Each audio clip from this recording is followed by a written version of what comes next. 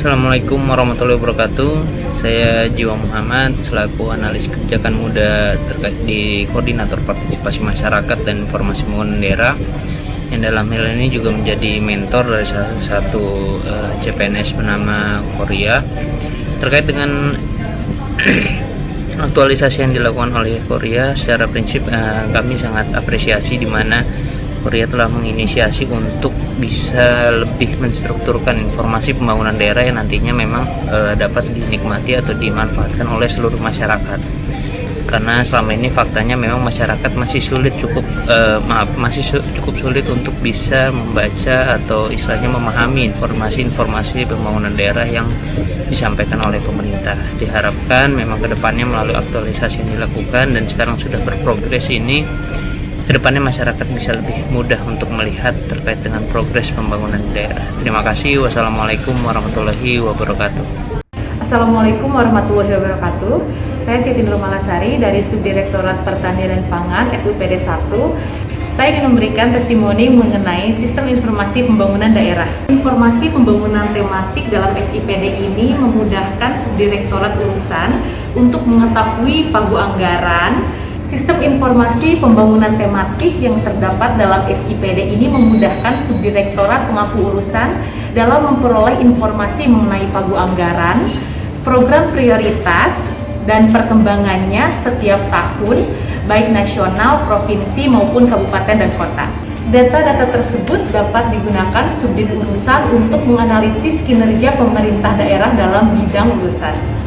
Harapannya SIPD ini dapat terus dikembangkan dan disempurnakan sehingga dapat membantu Subdit Urusan dalam melaksanakan tugas dan fungsinya secara efisien dan efektif.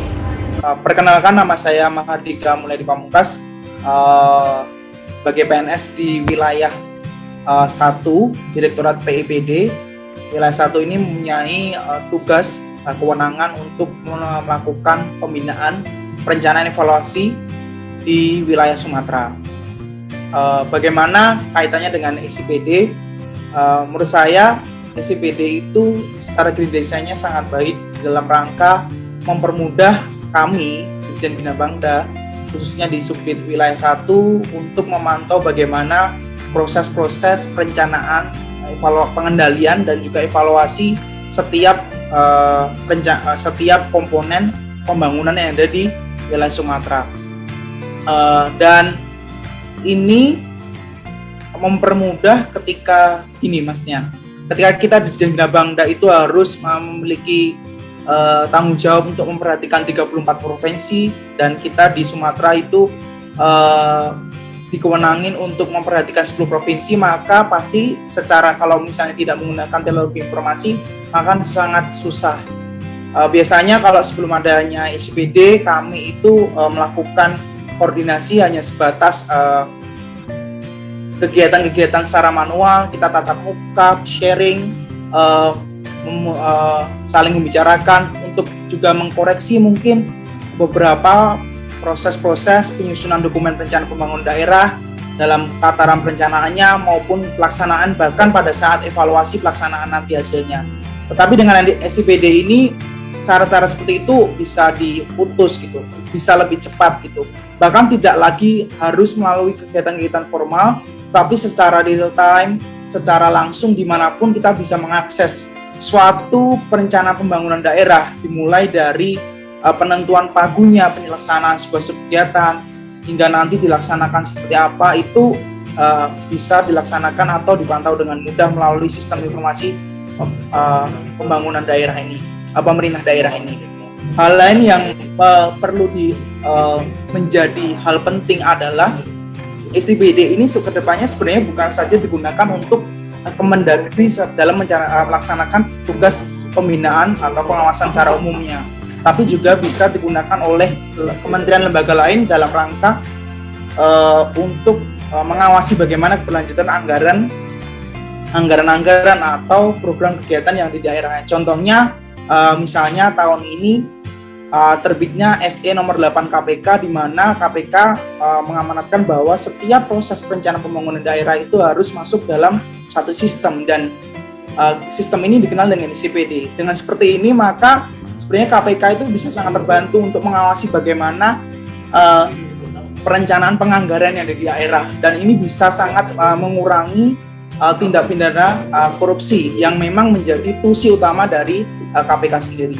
Dan ini pun nantinya juga bisa dikembangkan dengan penggunaan aplikasi lain. Bahkan kalau kita melihat nantinya juga akan ada integrasi dengan aplikasi dari Kementerian ATR, ataupun kita juga melihat sering dilibatkan pada pengembangan yang akan dilakukan oleh teman-teman Bappenas, sehingga dengan adanya sebuah sistem informasi yang berisi informasi sangat lengkap pada tataran perencanaan, pelaksanaan, dan juga evaluasi nanti, maka SIPD ini sangat membantu dalam rangka menciptakan akuntabilitas perencanaan pembangunan baik dalam lingkup daerahnya itu sendiri, yang nantinya juga akan berpengaruh pada pelaksanaan pencapaian pembangunan di wilayah nasional.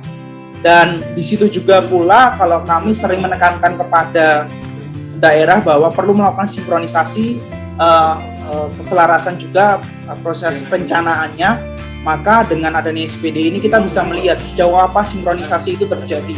Misalnya ketika nasional memiliki satu proyek nasional atau memiliki program strategis nasional, maka bagaimana program strategis nasional itu di daerah didukung melalui program kegiatan mereka. Dengan cara seperti ini kita akan melihat sejauh apa sinkronisasinya dan bisa diambil sebuah keputusan. Ketika satu daerah itu belum sinkron pada hal tertentu, maka akan dilakukan pembinaan sehingga apa yang dilakukan oleh pemerintah pusat itu selaras juga dan sinkron dengan apa yang dilakukan oleh pemerintah daerah. Itu hanya sebagian kecil prosesnya, tetapi memang sekarang ICPD masih dalam proses pengembangan, dan saya pribadi meyakini suatu saat ketika semuanya sudah lengkap, ketika semua instrumen sudah menggunakan ICPD, maka keselarasan sinkronisasi perencanaan pembangunan daerah dan di nasional itu benar-benar padu dan terlaksana sesuai dengan tujuan pembangunan nasional yang ada di pasal 298 Undang-Undang Nomor 23 Tahun 2014 tentang pemerintahan daerah. Itu sih. Terima kasih. Wassalamualaikum warahmatullahi wabarakatuh.